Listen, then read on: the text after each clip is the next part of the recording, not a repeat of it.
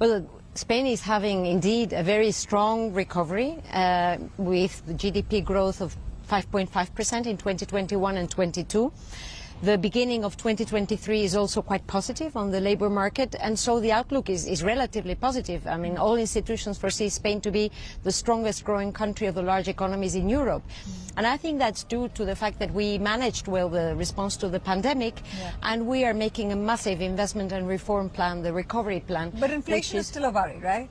Yes, but luckily also last year we managed to bring it down by 5 points in 5 months. And the key concern now is food inflation, particularly because of the impact on families. But we should continue on the same line to continue to bring it down so that we can have a strong and sustainable growth. Right. I do want to talk about, you know, the energy side of things, right? So Spain has had some massive LNG import capacity, right, coming through. But that has not translated into distribution pipelines and energy integration with the rest of Europe. So what is being done at your end as a group for the European Union to come together to solve this problem? Indeed, Spain has a relative advantage in the energy side because we have 1/3 of the LNG regasification capacity of the EU, a very diversified supply portfolio, and also we've managed to have a lower retail prices thanks to more appropriate energy regulation, and that is creating a strong competitive advantage for Spanish firms and attracting important investment. So that's working well for Spain, but how do you help the rest of Europe? We're more than willing to help the rest. The problem is we do not have interconnection capacity. But we're working together. Well, we're supporting all the initiatives coming from the EU and working together with France and Germany to try to push forward a reinforcement of existing pipelines. Where do conversations stand on that front? Well, it's a difficult issue, you know, where are these pipelines going to be built? How are we going to finance them? I think we made good progress last year, in particular when it comes to the interconnection with France, but and also interconnection with the south of France, you know, through the sea. So we're going to have to work on building these infrastructures so that Spain and the Iberian Peninsula can contribute more to the resilience and strategic autonomy of Europe altogether.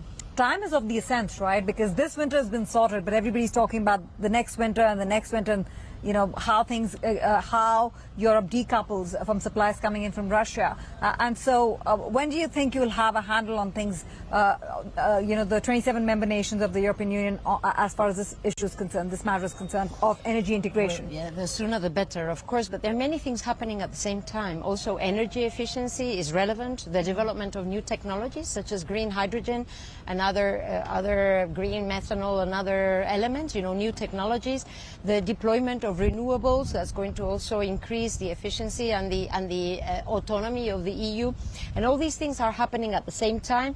And I think that in a matter of a couple of years we will see a very significant change in the way Europe is going. And so far I think we've been able to also stop the energy blackmail that maybe 1 year ago was so important for the EU as a whole. Right. So we had the French Finance Minister Bruno Le Maire essentially highlight that it's important for Europe, member nations, to come together on the global tax policy, talking about really those digital tax levies. And so where are you on that story? Because the US obviously is resisting that move because it's counterproductive for their businesses, their multinationals, their tech companies doing business in Europe.